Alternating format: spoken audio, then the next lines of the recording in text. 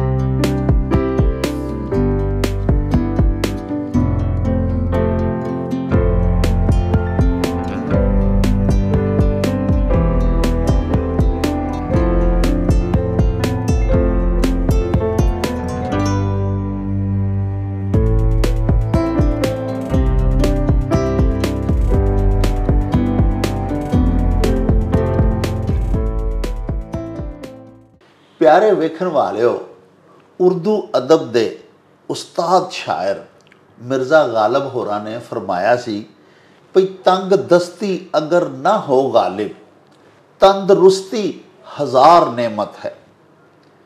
ते आखदे ने कि हज़रत मूसा पाक ने भी एक बारी अल्लाह पाक सच्चे साहिब नूं पुछया कि साहिबा तेरा बंदा तेरे कोलों किहड़ी शै मंगे ਜਿਹੜੀ ਕਿ ਸਭ ਤੋਂ ਜ਼ਿਆਦਾ ਜ਼ਰੂਰੀ ਹੈ ਇਨਸਾਨ ਦੇ ਵਾਸਤੇ। ਤੇ ਅੱਲਾਹ ਪਾਕ ਸੱਚੇ ਸਾਹਿਬ ਨੇ ਅੱਗੋਂ ਪਰਤਾਵਾ ਦਿੱਤਾ ਭਈ ਹਜ਼ਰਤ ਮੂਸਾ ਮੇਰੇ ਕੋਲੋਂ ਸਿਹਤ ਮੰਗਿਆ ਜੇ। ਸਿਹਤ ਤੰਦਰੁਸਤੀ ਵਾਕਈ ਨਿਅਮਤ ਗੈਰ ਮੁਤਰਕਬਾ ਹੈ। ਪਿਆਰਿਓ, ਜਿਹੜੇ ਤਰੱਕੀ ਯਾਫਤਾ ਮਮਾਲਿਕ ਨੇ, ਅਜਿਹੇ ਮੁਲਕ ਜਿਨ੍ਹਾਂ ਨੂੰ ਅਸੀਂ ਵੈਲਫੇਅਰ ਸਟੇਟਸ ਆਖਦੇ ਹਾਂ, ਉੱਥੇ ਸ਼ਹਿਰੀਆਂ ਦੀ ਸਿਹਤ ਦਾ ਬੜਾ ਜ਼ਿਆਦਾ ਖਿਆਲ ਰੱਖਿਆ ਜਾਂਦਾ ਹੈ। ਹਕੂਮਤਾਂ ਆਪਣੇ ਸ਼ਹਿਰੀਆਂ ਦੀ ਸਿਹਤ ਬਾਰੇ ਬੜੀਆਂ ਮੁਤਫੱਕਰ ਹੁੰਦੀਆਂ ਨੇ। ਹੁਕਮਰਾਨ ਫਿਕਰਮੰਦ ਹੁੰਦੇ ਨੇ ਸ਼ਹਿਰੀਆਂ ਦੀ ਸਿਹਤ ਦਾ, ਉਹਨਾਂ ਨੂੰ ਤੰਦਰੁਸਤ ਰੱਖਣ ਦਾ ਬੜਾ ihtimam ਕੀਤਾ ਜਾਂਦਾ ਹੈ।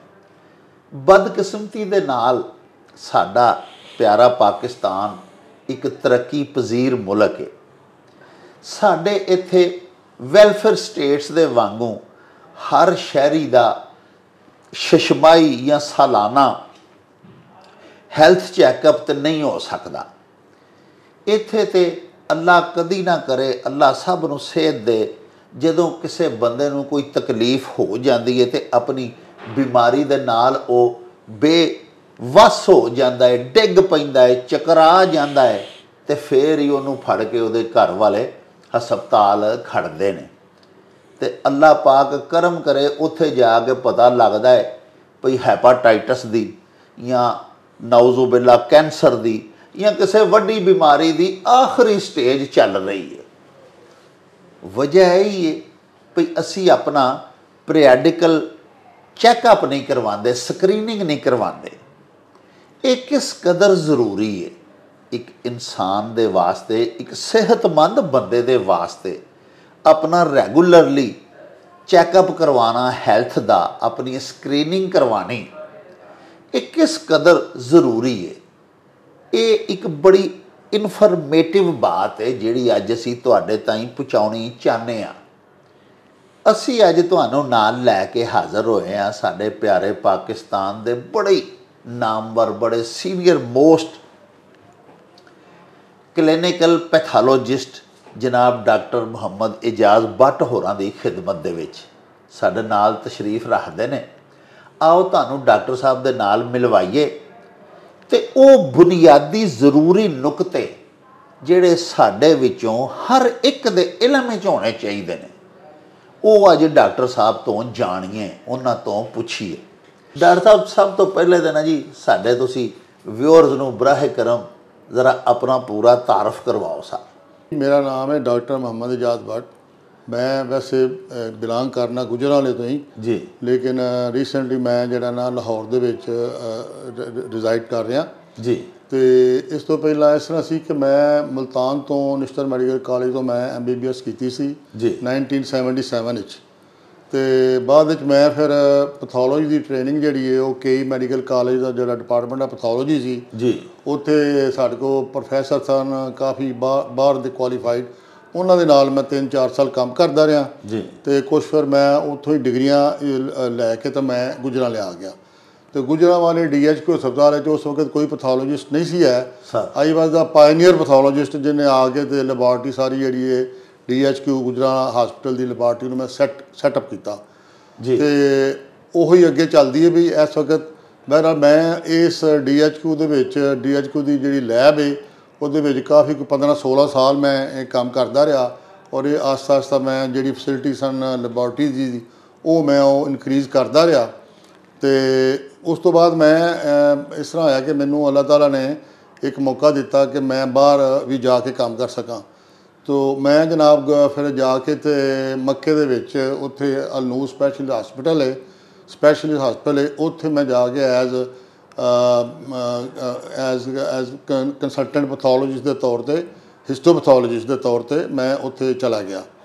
ਤੇ ਗਿਆ ਤਾਂ ਮੈਂ 3 ਸਾਲ ਵਾਸਤੇ ਸਾਂ, ਲੇਕਿਨ ਅੱਲਾਹ ਤਾਲਾ ਦੀ ਐਸੀ ਮਿਹਰਬਾਨੀ ਹੋਈ ਕਿ ਮੈਂ ਉੱਥੇ 13 ਸਾਲ ਕੰਮ ਕਰਦਾ ਰਿਹਾ। ਵਾਹ। ਤੇ ਅਲਹਮਦੁਲਿਲਾ ਮੈਂ ਡਿਪਾਰਟਮੈਂਟ ਦਾ ਹੈੱਡ ਵੀ ਸਾਂ। ਔਰ ਉੱਥੇ ਜਾ ਕੇ ਤੇ ਬੜੀਆਂ ਬਿਮਾਰੀਆਂ ਮੁਖਤਲਿਫ ਕਿਸਮ ਦੀਆਂ ਪੂਰੇ ਦੁਨੀਆ ਤੋਂ ਹਾਜੀ ਆਉਂਦੇ ਸਨ, ਉਮਰੇ ਵਾਲੇ ਆਉਂਦੇ ਸਨ। ਉਹ ਦੂਜੇ ਮੁਲਕਾਂ ਦੇ ਵਿੱਚ ਜਿਹੜੀਆਂ ਬਿਮਾਰੀਆਂ ਮਤਲਬ ਪਾਈਆਂ ਜਾਂਦੇ ਨੇ, ਉਹ ਵੀ ਮੈਂ ਉੱਥੇ ਵੇਖਦਾ ਰਿਹਾ ਜਾ। ਤੇ ਇੱਥੇ ਪਾਕਿਸਤਾਨ ਦੇ ਜੋ ਹੈ ਸਨ ਸਾਡੇ ਸਾਹਮਣੇ ਸਨ, ਲੇਕਿਨ ਇਹ ਕਿ ਇੱਕ ਬੜਾ ਵਾਸਟ ਕਿਸਮ ਦਾ ਮੈਨੂੰ ਜਿਹੜਾ ਨਾ ਐਕਸਪੀਰੀਅੰਸ ਹੋਇਆ ਇਹ ਸਾਰੀਆਂ ਚੀਜ਼ਾਂ ਨੂੰ ਵੇਖ ਕੇ ਜੀ। ਤੇ ਉਸ ਤੋਂ ਬਾਅਦ ਮੈਂ ਕੋਈ ਟੋਟਲ ਕੋਈ 15 ਸਾਲ ਸਾਊਦੀ ਅਰਬ ਰਹਿ ਕੇ ਤੇ ਮੈਂ ਫਿਰ ਆਪਣੇ ਮੁਲਕ ਵਾਪਸ ਆ ਗਿਆ। ਔਰ ਮੇਰੇ ਕੋਲ ਬਾਹਰ ਦਾ ਤਜਰਬਾ ਵੀ ਹੈ, ਇੱਥੋਂ ਦਾ ਵੀ ਮੈਂ ਜਾਣਨਾ ਕਿ ਇੱਥੇ ਕੀ ਹਾਲਾਤ ਨੇ। ਤੇ ਹੁਣ ਮੈਂ ਇਸ ਵਕਤ ਜਿਹੜਾ ਅਲਾਮਾ ਇਕਬਾਲ ਮੈਮੋਰੀਅਲ ਟਰਸਟ ਹਸਪਤਾਲ ਹੈ, ਇਹ ਸਾਡਾ ਹਸਪਤਾਲ ਜਿਹੜਾ ਨਾ ਜੀ ਇਹ DHQ ਟੀਚਿੰਗ ਹਸਪਤਾਲ ਦੇ ਬਾਅਦ ਦੂਸਰਾ ਬਿਗੈਸਟ ਹਸਪਤਾਲ ਹੈ ਗੁਜਰਾਂਵਾਲੇ ਦੇ ਵਿੱਚ। ਤੇ ਇੱਥੇ ਬੜੀ ਅੱਛੀ ਲੈਬ ਹੈ, ਇਹਦੇ ਵਿੱਚ ਅਸੀਂ ਫਿਲਹਾਲ ਕਲੀਨਿਕਲ ਲੈਬੋਰਟਰੀ ਦਾ ਜਿਹੜਾ ਜਿੰਨਾ ਵੀ ਸਿਸਟਮ ਹੈ ਨਾ ਉਹ ਸਾਡਾ ਇੱਥੇ ਚੱਲਦਾ ਪਿਆ। ਸਾਡੇ ਕੋਲ ਰੌਸ਼ ਦੀਆਂ ਮਸ਼ੀਨਾਂ ਨੇ, ਉਹਨਾਂ ਦੇ ਉੱਤੇ ਅਸੀਂ ਕੈਮਿਸਟਰੀ ਕਰ ਰਹੇ ਹਾਂ। ਫਿਰ ਸਾਡੇ ਕੋਲ ਮਿਡਿਆਨਿਕ ਹੈ, 2 ਮਿਡਿਆਨਿਕਸ ਨੇ, ਉਹਦੇ 'ਤੇ ਅਸੀਂ ਜਿਹੜਾ ਨਾ ਹਿਮਾਟੋਲੋਜੀ ਦੇ ਟੈਸਟ ਕਰੀਦੇ ਨੇ। ਔਰ ਇਸ ਤਰ੍ਹਾਂ ਅਸੀਂ ਜਿਹੜਾ ਨਾ blood culture and sensitivity the department ਜਿਹੜਾ ਮਾਈਕਰੋਬਾਇਓਲੋਜੀ ਡਿਪਾਰਟਮੈਂਟ ਹੈ ਇਹ ਵੀ ਅਸੀਂ ਇਸਟੈਬਲਿਸ਼ ਕੀਤਾ। ਦੈਟ ਮੀਨ ਸਾਡੇ ਕੋਲ ਇਸ ਵੇਲੇ 3 ਜਿਹੜੇ ਸੈਕਸ਼ਨਸ ਨੇ, ਇਹ ਕੈਮੀਕਲ ਪੈਥੋਲੋਜੀ, ਹਿਮਾਟੋਲੋਜੀ ਤੇ ਮਾਈਕਰੋਬਾਇਓਲੋਜੀ, ਇਹ ਅਸੀਂ 3 ਜਿਹੜੇ ਨੇ ਨਾ ਫੁੱਲੀ ਚਲਾ ਰਹੇ ਹਾਂ। ਡਾਕਟਰ ਸਾਹਿਬ ਇਹ ਬਰਾਹ ਕਰਮ ਦੱਸੋ ਕਿ ਇੱਕ ਜਦੋਂ ਬੰਦਾ ਕਿਸੇ ਮਰਜ਼ ਵਿੱਚ ਮੁਬਤਲਾ ਹੋ ਜਾਂਦਾ ਹੈ, ਅੱਲਾ ਨਾ ਕਰੇ, ਉਦੋਂ ਤੇ ਡਾਕਟਰਸ ਉਹਦੇ ਮੁਖਤਲਿਫ ਟੈਸਟ ਲਿਖ ਕੇ ਦਿੰਦੇ ਨੇ, ਉਹ ਫਿਰ ਤੁਹਾਡੇ ਕੋਲ ਆਉਂਦਾ ਹੈ, ਤੁਸੀਂ ਫਿਰ ਉਹ ਟੈਸਟ ਕਰਦੇ ਵੀ ਹੋ। ਸਾਡੇ ਵਿਊਅਰਸ ਨੂੰ ਬਰਾਹ ਕਰਮ ਤੁਸੀਂ ਇਹ ਦੱਸੋ ਕਿ ਇੱਕ ਜਿਹੜਾ ਸਿਹਤਮੰਦ ਬੰਦਾ ਹੈ ਜਾਂ ਹਰ ਆਮ ਆਦਮੀ ਜਿਹੜਾ ਬਿਮਾਰ ਹੈ ਜਾਂ ਨਹੀਂ ਬਿਮਾਰ, ਉਹਨੂੰ ਆਪਣਾ ਹੈਲਥ ਚੈੱਕਅਪ ਜਿਹੜਾ ਉਹ ਕਿੰਨੀ ਦੇਰ ਬਾਅਦ ਪੂਰਾ ਉਹਨੂੰ ਕਰਵਾਉਣਾ ਚਾਹੀਦਾ, ਆਪਣਾ ਪੀਰੀਆਡਿਕਲ ਜਿਹੜੀ ਉਹਦੀ ਸਕਰੀਨਿੰਗ? ਸਹੀ ਹੈ ਜੀ। ਅੱਛਾ, ਇਸ ਸਿਲਸਿਲੇ ਦੇ ਵਿੱਚ ਮੈਂ ਇਹ ਗੱਲ ਕਰਾਂਗਾ ਕਿ ਜਿਹੜੇ ਦੂਸਰੇ ਨੇ ਡਿਵੈਲਪ ਕੰਟਰੀਜ਼ ਜਿਹੜੇ ਨੇ, ਮਸਲਨ ਕੈਨੇਡਾ ਹੋਵੇ, ਅਮਰੀਕਾ ਹੋਵੇ, ਇੰਗਲੈਂਡ ਵਗੈਰਾ, ਉੱਥੇ ਸਿਸਟਮ ਐਸਾ ਵੀ ਕਿ ਜਿਤਨੇ ਵੀ ਉਹਨਾਂ ਦੇ ਜਿਹੜੇ ਸ਼ਹਿਰੀ ਨੇ ਉਹਨਾਂ ਦਾ ਡਾਟਾ ਉਹਨਾਂ ਦੇ ਕੋਲ ਹੁੰਦਾ ਅਤੇ ਉਹਨਾਂ ਨੂੰ ਮਤਲਬ ਕਿ ਹਰ ਤਕਰੀਬਨ 1 ਸਾਲ ਦੇ ਬਾਅਦ ਜਿਹੜਾ ਨਾ ਉਹ ਉਹਨਾਂ ਨੂੰ ਬੁਲਾਇਆ ਜਾਂਦਾ ਟੈਲੀਫੋਨ ਕਰਕੇ ਕਿ ਬਾਈ ਆਓ। ਔਰ ਉਹਨਾਂ ਦੇ ਇੱਕ ਸੈੱਟ ਆਫ ਟੈਸਟ ਹੁੰਦੇ ਨੇ ਜਿਹੜੇ ਤਕਰੀਬਨ ਹਰ ਜਿਹੜਾ ਤੁਹਾਡਾ ਸਿਸਟਮ ਹੈ ਜਿਸਮ ਦਾ ਉਹਦੇ ਟੈਸਟ, ਮਸਲਨ ਕਿ ਤੁਹਾਡੇ ਜਿਗਰ ਦੇ 2-3 ਟੈਸਟ ਨੇ, ਜਾਂ ਤੁਹਾਡੇ ਗੁਰਦਿਆਂ ਦੇ 2-4 ਟੈਸਟ ਨੇ, ਤੁਹਾਡੇ ਜਨਾਬ ਚੈਸਟ ਐਕਸਰੇ ਵੇ, ਜਾਂ ਇਸ ਤਰ੍ਹਾਂ ਹੋਰ ਜਿਹੜੇ ਟੈਸਟ ਨੇ ਉਹ ਮਤਲਬ ਇੱਕ ਉਹਨਾਂ ਪੈਨਲ ਬਣਾਇਆ ਹੁੰਦਾ। ਉਸ ਪੈਨਲ ਨੂੰ ਜਿਹੜਾ ਨਾ ਉਹ ਤੁਸੀਂ ਜਿਹੜਾ ਨਾ ਉਹ ਮਤਲਬ ਕਿ ਸਾਲ ਦੇ ਬਾਅਦ ਤੁਸੀਂ ਚੈੱਕ ਕਰਾਉਣਾ ਹੁੰਦਾ। ਫੀਮੇਲ ਜਿਹੜੀ ਹੈ ਉਹਨਾਂ ਦਾ ਮੈਮੋਗ੍ਰਾਫੀ ਜਿਹੜੀ ਹੈ ਉਹ ਮਤਲਬ ਸਾਲ ਬਾਅਦ ਹੁੰਦੀ ਹੈ। 40 ਸਾਲ ਤੋਂ ਬਾਅਦ ਉਹ ਜਿਹੜਾ ਨਾ ਜਿਹੜੀਆਂ ਲੇਡੀਜ਼ ਨੇ ਉਹ ਜਾਂਦੀਆਂ ਨੇ ਆਪਣੇ ਜਿੱਥੇ ਮੈਮੋਗ੍ਰਾਫੀ ਕਰਾਉਂਦੀਆਂ ਨੇ, ਤਾਂ ਕਿ ਵੇਖੀ ਕਿ ਬਈ ਕੈਂਸਰ ਅਗਰ ਹੈ ਤਾਂ ਅਰਲੀ ਸਟੇਜਿਸ ਦੇ ਵਿੱਚ ਹੀ ਫੜਿਆ ਜਾਏ। ਔਰ ਮੈਂ ਇੱਕ ਹੋਰ ਹੀ ਗੱਲ ਕਰਾਂਗਾ ਖਾਸ ਤੌਰ 'ਤੇ ਫੀਮੇਲ ਦੇ ਬਾਰੇ ਦੇ ਵਿੱਚ, ਬ੍ਰੈਸਟ ਕੈਂਸਰ ਪਾਕਿਸਤਾਨ ਹੈ ਬਹੁਤ ਆਮ ਹੈ, ਬਹੁਤ ਆਮ ਹੈ ਔਰ ਬੜੇ ਕੇਸ ਅਸੀਂ ਦੇਖਦੇ ਹਾਂ।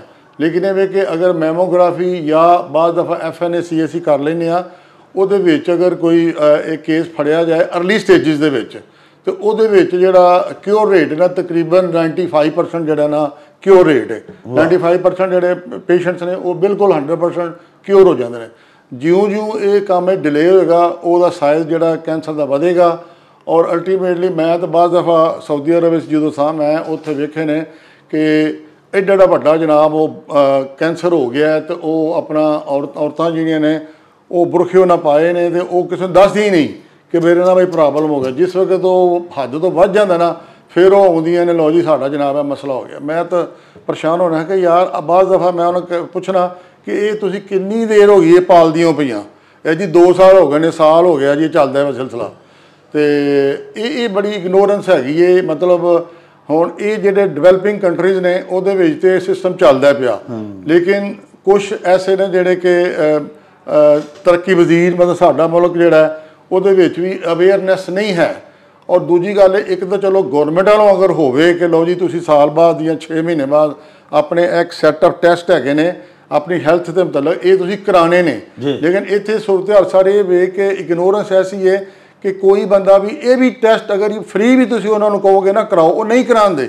ਉਹ ਉਹਨਾਂ ਦਿਮਾਗ 'ਚ ਕੋਈ ਯਾਰ ਮੇਰਾ ਕੁਛ ਨਿਕਲ ਹੀ ਨਾ ਆਵੇ, ਕੁਛ ਐਵੇਂ ਕੋਈ ਚੀਜ਼ ਨਾ ਨਿਕਲ ਆਵੇ, ਤਾਂ ਉਹ ਡਰਦਿਆਂ ਮਾਰੇ ਕਰਾਉਂਦੇ ਹੀ ਨਹੀਂ। ਯਾਨੀ ਇਹ ਵੀ ਤੁਸੀਂ ਉਹਨਾਂ ਨੂੰ ਕਨਵਿੰਸ ਕਰਨਾ ਹੈ ਕਿ ਬਈ ਤੇਰੀ ਹੈਲਥ ਦੇ ਮੁਤਲਕ ਹੈ, ਅਗਰ ਤੂੰ 6 ਮਹੀਨੇ ਜਾਂ ਸਾਲ ਬਾਅਦ ਤੇਰੇ ਟੈਸਟ ਫ੍ਰੀ ਆਫ ਕਾਸਟ ਹੋ ਜਾਂਦੇ ਨੇ, ਇੱਕ ਸੈੱਟ ਆਫ ਟੈਸਟ ਅਸੀਂ ਮਤਲਬ ਰੱਖਾਂਗੇ, ਉਹ ਅਗਰ ਹੋ ਜਾਂਦੇ ਨੇ ਉਹਦੇ ਨਾਲ ਕੰਮ ਤੇਰੀ ਹੈਲਥ ਦੇ ਮੁਤਲਕ ਸਾਨੂੰ ਸ਼ੋਰ ਹੋਏਗਾ ਕਿ ਬਈ ਇਹ ਬੰਦਾ ਠੀਕ ਠਾਕ ਹੈ। ਜਾਂ ਕੋਈ ਅਗਰ ਪ੍ਰੋਬਲਮ ਹੈ ਉਹ ਸਾਹਮਣੇ ਬਰਵਕਤ ਆ ਜਾਏ ਤਾਂ ਕਿ ਉਹਦਾ ਬਰਵਕਤ ਇਲਾਜ ਕੀਤਾ ਜਾ ਸਕੇ।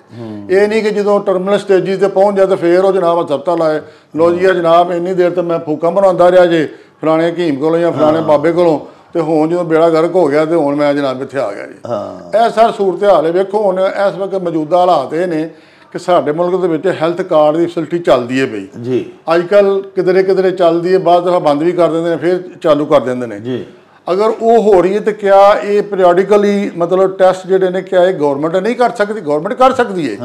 ਗੌਰਮੈਂਟ ਦਾ ਅਗਰ ਇਸ ਪਾਸੇ ਤਵੱਜੋ ਦਿੱਤੀ ਜਾਏ ਕਿ ਭਾਈ ਤੁਸੀਂ ਜਿਹੜੀ ਤੁਹਾਡੀ ਪਾਪੂਲੇਸ਼ਨ ਹੈ ਇਹਨਾਂ ਨੂੰ ਤੁਸੀਂ ਸਾਲਾਨਾ ਤੌਰ ਤੇ ਜਾਂ 6 ਮਹੀਨੇ ਬਾਅਦ ਇੱਕ ਸੈਟ ਆਫ ਟੈਸਟ ਹੈਗੇ ਨੇ ਜਾਂ ਕੋਈ ਨਾਲ ਐਗਜ਼ਾਮੀਨੇਸ਼ਨ ਹੈ, ਮਸਲ ਐਕਸ-ਰੇਜ਼ ਨੇ ਜਾਂ ਕੋਈ ਹੋਰ ਐਸੀ ਚੀਜ਼ ਹੈ, ਅਲਟਰਾਸਾਊਂਡ ਹੈ, ਮੈਮੋਗ੍ਰਾਫੀ ਹੈ, ਇਹ ਅਗਰ ਸਾਲ ਬਾਅਦ ਹੋ ਜਾਂਦੇ ਨੇ ਤੇ ਇਹ ਇੱਕ ਤੁਹਾਨੂੰ ਪਤਾ ਚੱਲੇਗਾ ਵੀ ਤੁਹਾਡੀ ਪਾਪੂਲੇਸ਼ਨ ਜਿਹੜੀ ਹੈ ਉਹ ਹੈਲਦੀ ਹੈ ਜਾਂ ਉਹ ਮਤਲਬ ਡਿਜ਼ੀਜ਼ ਤੇ ਤੇ ਉਸ ਹਿਸਾਬ ਨਾਲ ਫਿਰ ਤੁਸੀਂ ਉਹਦਾ ਜਾਂ ਰੈਮੀਡੀਅਲ ਜਿਹੜੇ ਜਾ ਸਕਦੇ ਮਈਜ਼ ਨੇ ਸਾਰਾ ਉੱਥੋਂ ਹੀ ਤੇ ਪਤਾ ਲੱਗੇਗਾ ਡਾਕਟਰ ਸਾਹਿਬ ਕਿ ਕਿਹੜੀ ਬਿਮਾਰੀ ਜ਼ਿਆਦਾ ਸਾਡੇ ਮੁਲਕ 'ਚ ਫੈਲ ਰਹੀ ਹੈ, ਬਹੁਤ ਜ਼ਿਆਦਾ ਮਰੀਜ਼ ਕਿਸ ਬਿਮਾਰੀ ਦੇ ਨੇ ਔਰ ਉਹਦਾ ਕੀ ਤਦਾਰਕ ਕੀਤਾ ਜਾਏਗਾ, ਉਹਦੀਆਂ ਇੰਸਦਾਦੀ ਫਿਰ ਕਾਰਵਾਈਆਂ ਕਰੇਗੀ ਗੌਰਮੈਂਟ।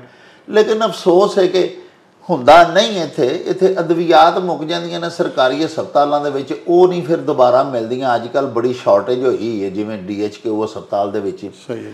ਮੈਂ ਇਹ ਅਰਜ਼ ਕਰਨਾ ਚਾਹੁੰਦਾ ਸਾਂ ਕਿ ਸਾਡੇ ਵਿਊਅਰਸ ਜਿਹੜੇ ਨੇ ਉਹਨਾਂ ਦੇ ਵਿੱਚ ਸਰ ਜ਼ਿਆਦਾ ਲੋਕ ਜਿਹੜੇ ਨੇ ਉਹ ਮਿਡਿਆਕਰ ਹੁੰਦੇ ਨੇ, ਗਰੀਬ ਆਦਮੀ ਜਿਹੜਾ ਵਿਚਾਰਾ ਘਰਦਾਰੀ ਚਲਾਏ, ਕੁਛ ਹੁਣ ਇੱਕ ਅਜੀਬ ਮਹਿੰਗਾਈ ਦਾ ਵੀ ਦੌਰਾ ਹੈ ਬਹੁਤ ਜ਼ਿਆਦਾ। ਚਲੋ ਸਰ ਟੋਟਲ ਆਪਣੀ ਸਕਰੀਨਿੰਗ ਸਿਰ ਤੋਂ ਪੈਰਾਂ ਤੱਕ ਤੇ ਨਹੀਂ ਕੋਈ ਆਪਣਾ ਹੈਲਥ ਦਾ ਚੈੱਕਅਪ ਕਰਵਾ ਸਕਦਾ, ਲੇਕਿਨ ਇਹ ਮਿਹਰਬਾਨੀ ਫਰਮਾਓ ਨਾ, ਤੁਹਾਡਾ ਮਾਸ਼ਾਅੱਲਾ ਇੰਨਾ ਤਜਰਬਾ ਹੈ ਕਿ ਸਾਡੇ ਵਿਊਅਰਸ ਨੂੰ ਇਹ ਤੇ ਦੱਸ ਦਿਓ ਕਿ ਇਹ 3 4 5 ਟੈਸਟ ਜਿਹੜੇ ਨੇ ਨਾ ਇਹ ਹਰ ਸਾਲ ਬਈ ਭਾਵੇਂ ਪੱਲਿਓਂ ਔਖਿਆਂ ਹੋ ਕੇ ਕਰਾਓ, ਕਿਵੇਂ ਵੀ ਕਰਾਓ, ਫ੍ਰੀ ਹੁੰਦੇ ਨੇ ਤਾਂ ਕਰਾਓ, ਜੇ ਥੋੜ੍ਹੇ ਬਹੁਤੇ ਪੈਸੇ ਦੇਣੇ ਪੈਂਦੇ ਨੇ ਤਾਂ ਕਰਾਓ, ਔਰ ਇਹ ਬੜੇ ਜ਼ਰੂਰੀ ਨੇ। ਉਹ 4 5 6 ਕਿਹੜੇ ਟੈਸਟ? ਹਾਂਜੀ, ਉਹ ਮੈਂ ਉਹਦੇ ਚਰਚੇ ਕਰਾਂਗਾ ਜਿਹੜਾ ਮੈਂ ਆਰਗੀ ਤਜ਼ਕਰਾ ਕਰ ਰਿਹਾ ਕਿ ਜੀ ਇੱਕ ਸੈੱਟ ਆਫ ਟੈਸਟ ਨੇ ਜਾਂ ਇੱਕ ਪੈਨਲ ਹੈ ਉਹ ਜਿਹੜੇ ਨੇ ਪੀਰੀਆਡਿਕਲੀ ਹੋਣੇ ਚਾਹੀਦੇ ਨੇ। ਮਸਲਨ ਸਾਡੇ ਇੱਥੇ ਤੁਸੀਂ ਵੇਖੋ ਕਿ ਜਿਹੜੇ ਹੈਪੇਟਾਈਟਸ ਦੇ ਟੈਸਟ ਨੇ, ਹੈਪੇਟਾਈਟਸ B ਤੇ C ਦੇ ਜਿਹੜੇ ਮਰੀਜ਼ ਬਹੁਤ ਜ਼ਿਆਦਾ ਨੇ, ਬਹੁਤ ਜ਼ਿਆਦਾ। ਔਰ ਉਹ ਸਿਰਫ ਇਹ ਹੀ ਨਹੀਂ ਕਿ ਹੈਪੇਟਾਈਟਸ B ਜਾਂ C ਹੋ ਗਿਆ ਤਾਂ ਚਲੋ ਗੱਲ ਖਤਮ ਹੋ ਗਈ, ਨਹੀਂ, ਉਹ ਜਿਸ ਵਕਤ ਅਗਰ ਚੱਲਦਾ ਰਹੇਗਾ ਤੇ ਉਹ ਬਾਅਦ ਵਿੱਚ ਸਿਰੋਸਿਸ ਦੇ ਵਿੱਚ ਤਬਦੀਲ ਹੋ ਜਾਂਦਾ, ਯਾਨੀ ਕਿ ਜਿਗਰ ਸੁੱਕੜ ਜਾਂਦਾ ਹੈ। ਉਹਦੇ ਨਾਲ ਤੁਹਾਡੀ ਜਿਹੜੀ ਨਾਰਮਲ ਐਕਟੀਵਿਟੀਜ਼ ਨੇ ਜਿਸਮ ਦੀਆਂ ਉਹ ਖਤਮ ਹੋ ਜਾਂਦੀਆਂ ਨੇ। ਫਿਰ ਉਹਦੇ ਵਿੱਚੋਂ ਕੋਈ 10% ਕੇਸ ਐਸੇ ਹੁੰਦੇ ਨੇ ਜਿਹੜੇ ਕੈਂਸਰ ਦੀ ਸ਼ਕਲ 'ਚ ਚਲੇ ਜਾਂਦੇ ਨੇ। ਜਦੋਂ ਉਹ ਕੈਂਸਰ ਦੀ ਸ਼ਕਲ 'ਚ ਚਲੇ ਗਏ ਤਾਂ ਫਿਰ ਤੁਸੀਂ ਸੋਚ ਲਓ ਕਿ ਉਹਦੇ ਬਾਅਦ ਕੀ ਹਾਲਾਤ ਹੋਣੇ ਨੇ। ਔਰ ਇਹ ਹੈਪੇਟਾਈਟਸ C ਖਾਸ ਤੌਰ ਤੇ ਬਹੁਤ ਜ਼ਿਆਦਾ ਰੈਂਪੈਂਟ ਹੈਗਾ ਸਾਡੀ ਸੁਸਾਇਟੀ ਦੇ ਵਿੱਚ। ਹਰ ਤੀਸਰਾ ਬੰਦਾ ਤੁਸੀਂ ਫੜ ਕੇ ਉਹਦੇ ਟੈਸਟ ਕਰੋਗੇ ਤੇ ਉਹ ਹੈਪੇਟਾਈਟਸ C ਜਾਂ B ਦੇ ਵਿੱਚ ਮੁਬਤਲਾ ਹੋਏਗਾ ਜੀ।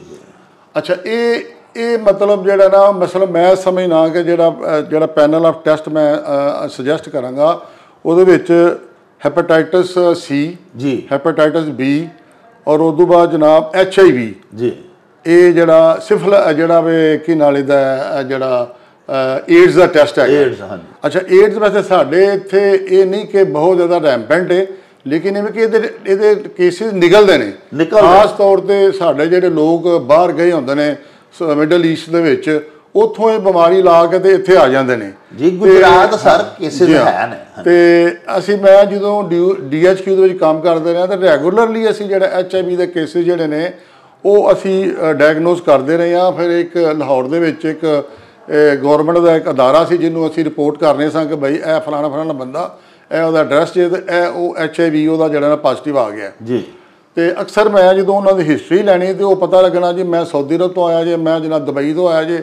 ਉੱਥੇ ਜਨਾਬ ਇਹ ਜਿਹੜਾ ਨਾ ਉਹ ਹਾਲਾਤ ਇਹੋ ਜਿਹੇ ਨੇ ਕਿ ਲੋਕ ਉੱਥੋਂ ਕੰਟੈਕਟ ਕਰਕੇ ਤੇ ਇੱਥੇ ਆਉਂਦੇ ਨੇ। ਫਿਰ ਆ ਕੇ ਅੱਗੋਂ ਅਗਰ ਇੱਕ ਮੇਲ ਅਗਰ ਹੋ ਗਏ, ਮੇਲ ਅਗਰ ਉਹਨੂੰ ਲੱਗਾ ਹੈ ਨਾ HIV, ਉਹ ਬੀਵੀ ਕੋਲ ਜਾਏਗਾ ਤੇ ਨਾਲ ਬੀਵੀ ਦਾ ਵੀ ਬੇੜਾ ਗਰਕ ਕਰੇਗਾ।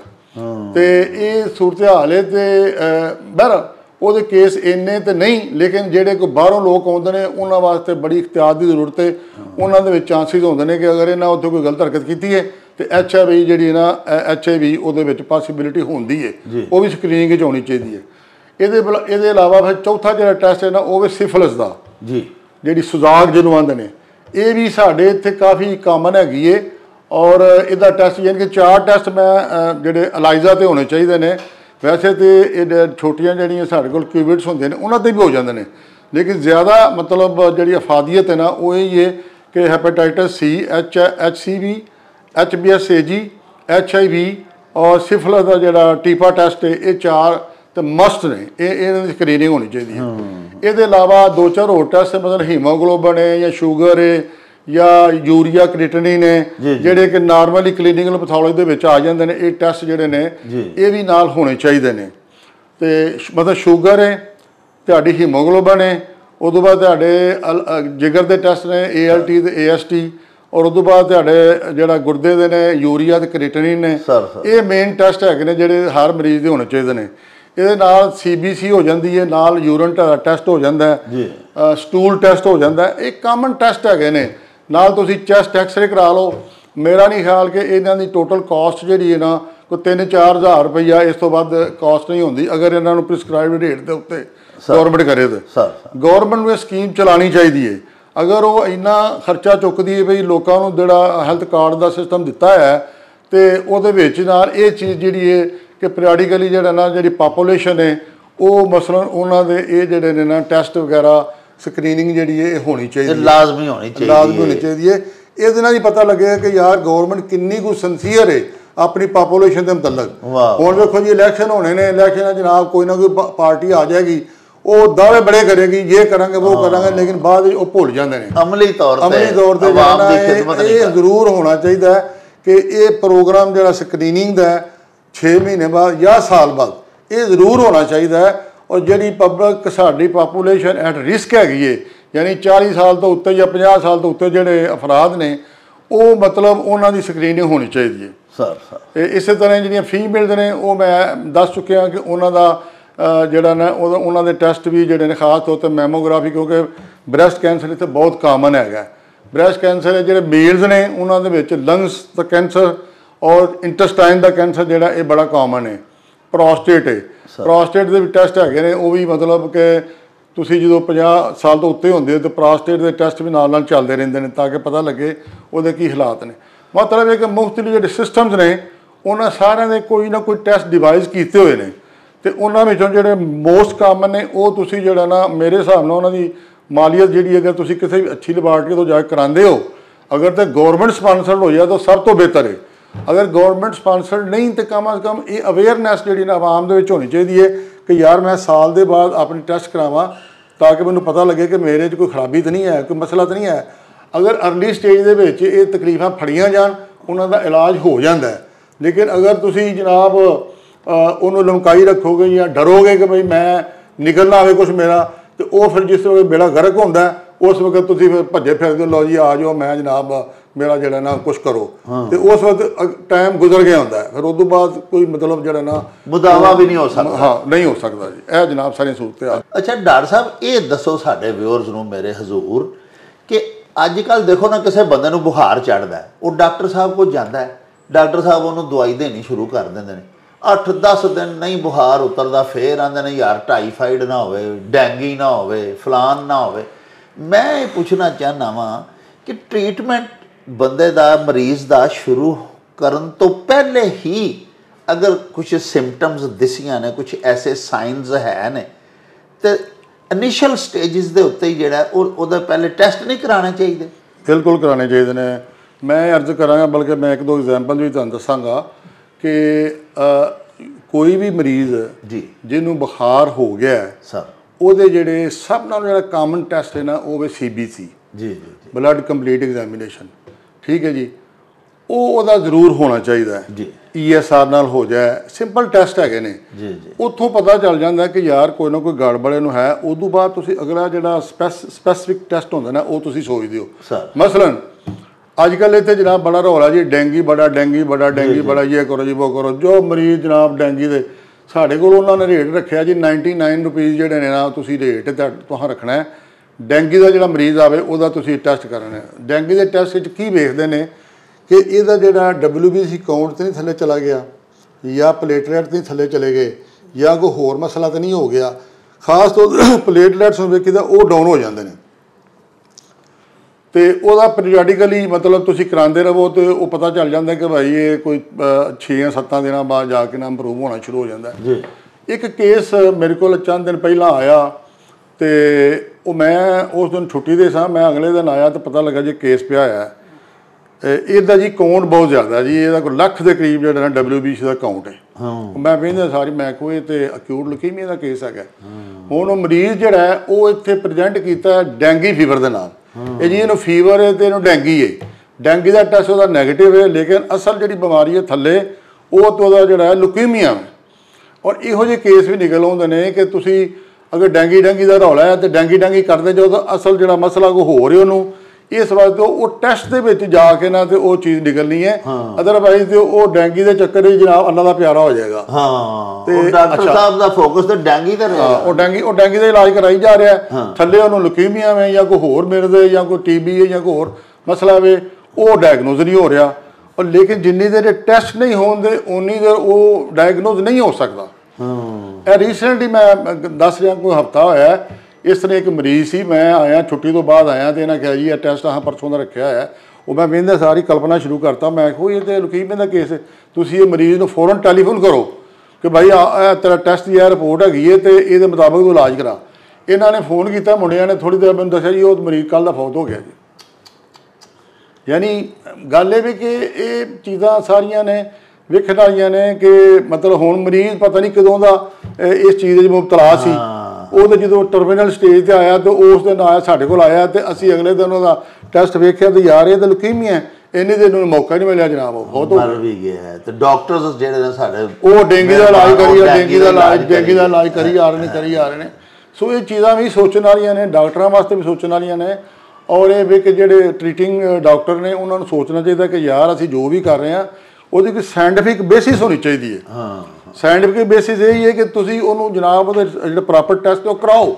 ਟੈਸਟ ਅਗਰ ਉਹਦੇ ਹੋ ਜਾਂਦੇ ਨੇ ਉਹਦੇ ਚੀਜ਼ ਕੋਈ ਨਿਕਲ ਆਉਂਦੀ ਹੈ ਤਾਂ ਫਿਰ ਉਹਦੇ ਮੁਤਾਬਕ ਤੁਸੀਂ ਉਹਦਾ ਇਲਾਜ ਕਰਾਓ। ਅੱਛਾ ਡਾਕਟਰ ਸਾਹਿਬ, ਹੁਣ ਆਖਰ ਦੇ ਉੱਤੇ ਮਜ਼ੀਦ ਤੁਸੀਂ ਆਪਣੀ ਬਾਲਗ ਰਾਏ, ਕੋਈ ਐਸੀ ਤਜਵੀਜ਼, ਕੋਈ ਐਸੀ ਸੁਜੈਸ਼ਨ, ਕੋਈ ਐਸੀ ਗਾਈਡਲਾਈਨ ਦੇਣੀ ਚਾਹੁੰਦੇ ਹੋ ਸਾਡੇ ਜਿਹੜੇ ਅਸੀਂ ਸਾਦਾ ਲੋਕ ਸ਼ਹਿਰੀ ਹਾਂ, ਸਾਡੇ ਸ਼ਹਿਰੀਆਂ ਨੂੰ ਵਾਕਈ ਜਿਨ੍ਹਾਂ ਨੂੰ ਅੱਲਾਹ ਪਾਕ ਨੇ ਰੱਜ ਦਿੱਤਾ ਹੈ ਉਹਨਾਂ ਵੀ ਨਹੀਂ ਕਦੀ ਆਪਣਾ ਚੈੱਕਅਪ ਕਰਵਾਇਆ, ਉਹਨਾਂ ਨੂੰ ਵੀ ਹੁੰਦਾ ਹੈ ਬਿਲਕੁਲ ਠੀਕ ਆ, ਬਲਕਿ ਜਾ ਕੇ ਜਿਹੜੇ ਸਿਹਤਮੰਦ ਦੋਸਤ ਚੈੱਕਅਪ ਕਰਾ ਹੁੰਦੇ ਨੇ ਉਹ ਅੱਲਾਹ ਪਾਕ ਦਾ ਕਰਮ ਹੁੰਦਾ ਜੇ ਉਹ ਬਿਲਕੁਲ ਸਹੀ ਨਿਕਲ ਆਉਂਦੇ ਨੇ, ਕੋਈ ਬਿਮਾਰੀ ਨਹੀਂ ਨਿਕਲਦੀ ਤੇ ਉਹ ਅੱਗੋਂ ਆਖ ਛੱਡਦੇ ਨੇ ਲੈ ਯਾਰ ਐਵੇਂ ਪੈਸੇ ਹੀ ਜ਼ਾਇਆ ਕੀਤੇ, ਹੈ ਤਾਂ ਕੁਛ ਵੀ ਨਹੀਂ ਸੀ ਤੇ ਪੈਸੇ ਲਾ ਆ। ਹਾਲਾਂਕਿ ਉਹ ਜਿਹੜੇ ਪੈਸੇ ਨੇ ਉਹ ਨਾ ਆਪਣੀ ਸਿਹਤ 'ਤੇ ਲਾਏ, ਆਪਣੇ ਜਿਸਮ 'ਤੇ ਲਾਏ। ਔਰ ਅੱਲਾਹ ਪਾਕ ਦੇ ਨਬੀ ਪਾਕ ਵੀ ਫਰਮਾਇਆ ਕਿ ਤੁਹਾਡੇ ਨਫੂਸ ਦੇ ਵੀ ਤੁਹਾਡੇ ਉੱਤੇ ਹਕੂਕ ਨੇ, ਆਪਣੇ ਨਫਸ ਦਾ, ਆਪਣੇ ਜਿਸਮ ਦਾ ਵੀ ਹੱਕ ਅਦਾ ਕਰੋ।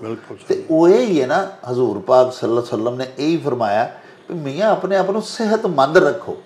ਤੇ ਤੁਸੀਂ ਆਪਣੀ ਫੀਲਡ, ਆਪਣੇ ਸ਼ੋਬੇ ਦੇ ਹਵਾਲੇ ਨਾਲ ਕੋਈ ਹੋਰ ਆਖਰੀ ਟਿਪ ਜਿਹੜੀ ਸਾਡੇ ਵਿਊਅਰਜ਼ ਨੂੰ। ਅੱਛਾ ਸਰ, ਮੈਂ ਅਰਜ਼ ਕਰਾਂਗਾ ਕਿ ਕਿਉਂਕਿ ਮੈਂ ਬਾਹਰ ਵੀ ਕੰਮ ਕੀਤਾ, ਮੈਂ ਕੈਨੇਡਾ ਵੀ ਗਿਆ, ਮੈਂ ਸਾਊਦੀ ਅਰਬ ਵੀ ਕੰਮ ਕੀਤਾ, ਮਿਡਲ ਈਸਟ ਦੇ ਵਿੱਚ ਹੀ ਮੈਂ ਰਿਹਾ ਜੀ। ਉੱਥੇ ਵੇਖੋ ਸਿਸਟਮ ਇਹ ਵੇ ਕਿ ਉੱਥੇ ਜਿਹੜੀ ਉਹਨਾਂ ਦੀ ਪਾਪੂਲੇਸ਼ਨ ਹੈ ਉਹਦਾ ਉਹ ਸਕਰੀਨਿੰਗ ਕਰਦੇ ਰਹਿੰਦੇ ਨੇ ਤੇ ਜਦੋਂ ਕੋਈ ਮਸਲਾ ਹੋਵੇ ਤੇ ਉਹ ਫਿਰ ਉਹ ਮਰੀਜ਼ ਨੂੰ ਉਸ ਪ੍ਰੋਪਰ ਤਰੀਕੇ ਨਾਲ ਟਰੀਟ ਕਰਦੇ ਨੇ। ਸਾਊਦੀ ਅਰਬ ਦੇ ਵਿੱਚ ਤਾਂ ਵੈਸੇ ਹੀ ਹਰ ਜਿਹੜਾ ਉਹਨਾਂ ਦਾ ਸਿਟੀਜ਼ਨ ਹੈ ਉਹ ਫ੍ਰੀ ਹੈ, ਉਹਦੀ ਫ੍ਰੀ ਮੈਡੀਕਲ ਟਰੀਟਮੈਂਟ ਹੋਣੀ ਹੈ। ਅੱਛਾ ਹੁਣ ਇੱਥੇ ਪਹਿਲਾਂ ਤਾਂ ਸਿਸਟਮ ਨਹੀਂ ਸੀ, ਲੇਕਿਨ ਹੁਣ ਕਾਫੀ ਸਾਲਾਂ ਤੋਂ ਅਸੀਂ ਵੇਖ ਰਹੇ ਹਾਂ ਕਿ ਜੀ ਗੌਰਮੈਂਟ ਜਿਹੜੀ ਹੈ ਉਹ ਕਾਫੀ ਸਾਰਾ ਪੈਸਾ ਜਿਹੜਾ ਨਾ ਇਸ ਕੰਮ ਵਾਸਤੇ ਐਲੋਕੇਟ ਕਰ ਰਹੀ ਹੈ। ਤੇ ਮੈਨੂੰ ਯਾਦ ਹੈ ਕਿ ਸਾਡੇ ਜਿਹੜੇ ਕਿਉਂਕਿ ਹੈਪੇਟਾਈਟਸ ਇੱਥੇ ਬਹੁਤ ਜ਼ਿਆਦਾ ਰੈਂਪੈਂਟ ਹੋ ਗਿਆ ਸੀ ਤੇ ਪਿਛਲੇ ਸਾਡੇ ਜਿਹੜੇ ਕੋਈ ਚੀਫ ਮਿਨਿਸਟਰ ਸਾਹਿਬ ਸਨ ਉਹਨਾਂ ਨੇ ਕੋਈ ਇਹਦੀਆਂ ਦਵਾਈਆਂ ਜਿਹੜੀਆਂ ਨੇ ਪ੍ਰੋਵਾਈਡ ਕੀਤੀਆਂ ਸਾਡੀ ਹਸਪਤਾਲਾਂ ਦੇ ਵਿੱਚ ਸਰਕਾਰੀ ਤੌਰ ਤੇ। ਉਹ ਮਰੀਜ਼ਾਂ ਨੂੰ ਉਹ ਦਵਾਈਆਂ ਮਿਲਦੀਆਂ ਸਨ। ਹਾਂਜੀ ਹੁਣ ਮੈਂ ਸੁਣਿਆ ਕਿ ਉਹ ਦਵਾਈਆਂ ਫਿਲਹਾਲ ਨਹੀਂ ਮਿਲ ਰਹੀਆਂ। ਕਿਉਂ ਨਹੀਂ ਮਿਲ ਰਹੀਆਂ? ਮਤਲਬ ਇਹ ਕਿ ਗੌਰਮੈਂਟ ਦੀ ਇਹ ਪ੍ਰਾਇਰਟੀ ਹੋਣੀ ਚਾਹੀਦੀ ਹੈ ਕਿ ਇੱਕ ਜਿਹੜੀ ਬਿਮਾਰੀ ਪਾਪੂਲੇਸ਼ਨ ਦੇ ਵਿੱਚ ਬਹੁਤ ਜ਼ਿਆਦਾ ਰੈਂਪੈਂਟ ਹੈ ਉਹ ਖਾਸ ਤੌਰ 'ਤੇ ਉਹਦਾ ਤੁਸੀਂ ਇਲਾਜ ਜਾਂ ਜਿਹੜਾ ਟਰੀਟਮੈਂਟ ਹੈ ਉਹ ਤੁਸੀਂ ਪ੍ਰੋਵਾਈਡ ਕਰੋ ਸਰਕਾਰੀ ਹਸਪਤਾਲਾਂ 'ਚ।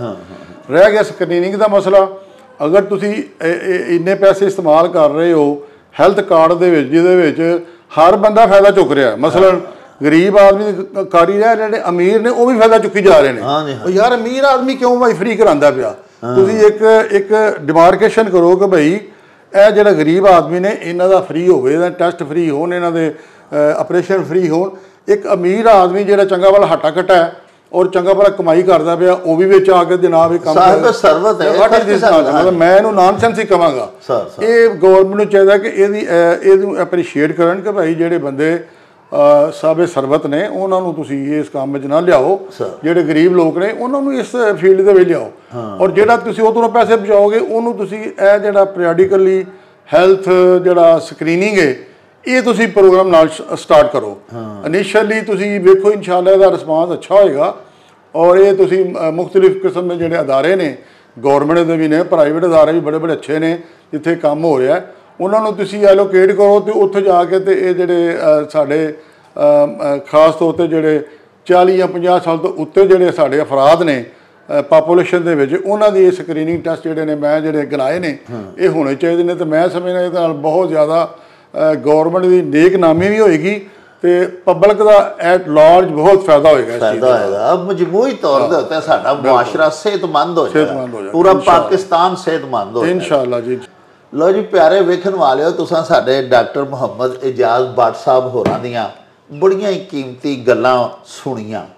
ਉਹਨਾਂ ਕਿੰਨੀ ਖੂਬਸੂਰਤ ਜਾਣਕਾਰੀ ਸਾਡੇ ਵਿਊਅਰਸ ਨੂੰ ਦਿੱਤੀ। ਉਹਨਾਂ ਇਹ ਫਰਮਾਇਆ ਹੈ ਭਈ ਹਰ ਸਿਹਤਮੰਦ ਨੌਜਵਾਨ ਸ਼ਹਿਰੀ ਨੂੰ ਵੀ ਕਮ ਅਜ਼ ਕਮ ਸਾਲ 'ਚ ਇੱਕ ਦਫਾ ਆਪਣਾ ਟੋਟਲ ਚੈੱਕਅਪ ਹੈਲਥ ਦਾ ਕਰਵਾਉਣਾ ਚਾਹੀਦਾ ਹੈ। ਲੇਕਿਨ ਅਬਵ 40 ਯਾਨੀ 40 ਸਾਲ 45 ਸਾਲ ਤੋਂ ਉੱਤੇ ਜਿਨ੍ਹਾਂ ਦੀ ਉਮਰ ਹੈ, ਅਜੇ ਸਾਡੇ ਪਾਕਿਸਤਾਨੀ ਸ਼ਹਿਰੀ ਜਿਹੜੇ ਨੇ ਉਹਨਾਂ ਨੂੰ ਤੇ ਕਿਸੇ ਵੀ ਤਰੀਕੇ ਨਾਲ ਆਪਣੇ ਪੱਲਿਓਂ ਕਰਵਾਉਣ, ਸਰਕਾਰ ਦੇ ਖਰਚੇ ਤੋਂ ਕਰਵਾਉਣ, ਹੈਲਥ ਕਾਰਡ ਦੇ ਵਿੱਚੋਂ ਫਾਇਦਾ ਉਠਾਉਂਦੇ ਹੋਏ ਆਪਣਾ ਟੋਟਲ ਸਕਰੀਨਿੰਗ ਕਰਵਾਉਣ, ਤੇ ਭਾਵੇਂ ਥੋੜ੍ਹੇ ਬਹੁਤੇ ਪੈਸੇ ਪਾ ਕੇ। ਤੇ ਅਜੇ ਵੀ ਇਦਾਰੇ ਹੈ ਨੇ ਸਾਡੇ ਪਿਆਰੇ ਪਾਕਿਸਤਾਨ ਵਿੱਚ, ਸਾਡੇ ਗੁਜਰਾਂਵਾਲਾ ਦੇ ਵਿੱਚ, ਸਾਡੇ ਸ਼ਹਿਰ ਸਿਆਲਕੋਟ ਦੇ ਵਿੱਚ। ਇਹ ਦੇਖੋ ਨਾ, ਜਿਸ ਇਦਾਰੇ 'ਚ ਅਸੀਂ ਹੁਣ ਇਸ ਵੇਲੇ ਬੈਠੇ ਹਾਂ, ਅਲਾਮਾ ਇਕਬਾਲ ਮੈਮੋਰੀਅਲ ਹਸਪਤਾਲ, ਇੱਥੇ ਬੜੀ ਥੋੜ੍ਹੇ ਪੈਸਿਆਂ ਦੇ, ਬੜੇ ਥੋੜ੍ਹੇ ਮੁਆਵਜ਼ੇ ਦੇ ਇਵਜ਼ ਇੱਥੇ ਹਰ ਕਿਸਮ ਦੇ ਟੈਸਟ ਹੋ ਜਾਂਦੇ ਨੇ, ਔਰ ਡਾਕਟਰ ਸਾਹਿਬ ਦੀ ਜ਼ੇਰੇ ਸਰਪ੍ਰਸਤੀ ਇੱਥੇ ਬੜੀ ਜਦੀਦ ਤਰੀਨ ਇੱਕ ਲੈਬੋਰਟਰੀ ਕਾਇਮ ਹੈ। ਤੇ ਆਪਣਾ ਖਿਆਲ ਕਰੋ, ਆਪਣੀ ਸਿਹਤ ਦਾ ਧਿਆਨ ਕਰੋ, ਕਿਸ ਤਰ੍ਹਾਂ ਕਿ ਆਪਣਾ ਹੈਲਥ ਚੈੱਕਅਪ ਬਕਾਇਦਾ ਕਰਾਉਂਦੇ ਰਿਹਾ ਕਰੋ। ਅੱਲਾਹ ਪਾਕ ਤੁਹਾਨੂੰ ਤੇ ਸਾਨੂੰ ਸ਼ਿਫਾਏ ਕਾਮਿਲਾ ਆਜਲਾ ਤੇ ਨਾਫਿਆ ਅਤਾ ਕਰੇ। ਅੱਲਾਹ ਪਾਕ ਪੂਰੀ ਉਮਤੇ ਮੁਸਲਿਮਾਂ ਦੇ ਉੱਤੇ ਇਹਸਾਨ ਕਰੇ। ਇਹਦੇ ਨਾਲ ਹੀ ਹੁਣ ਸਾਨੂੰ ਦਿਓ ਇਜਾਜ਼ਤ। ਰੱਬ ਰਾਖਾ, ਅੱਲਾਹ ਬੇਲੀ।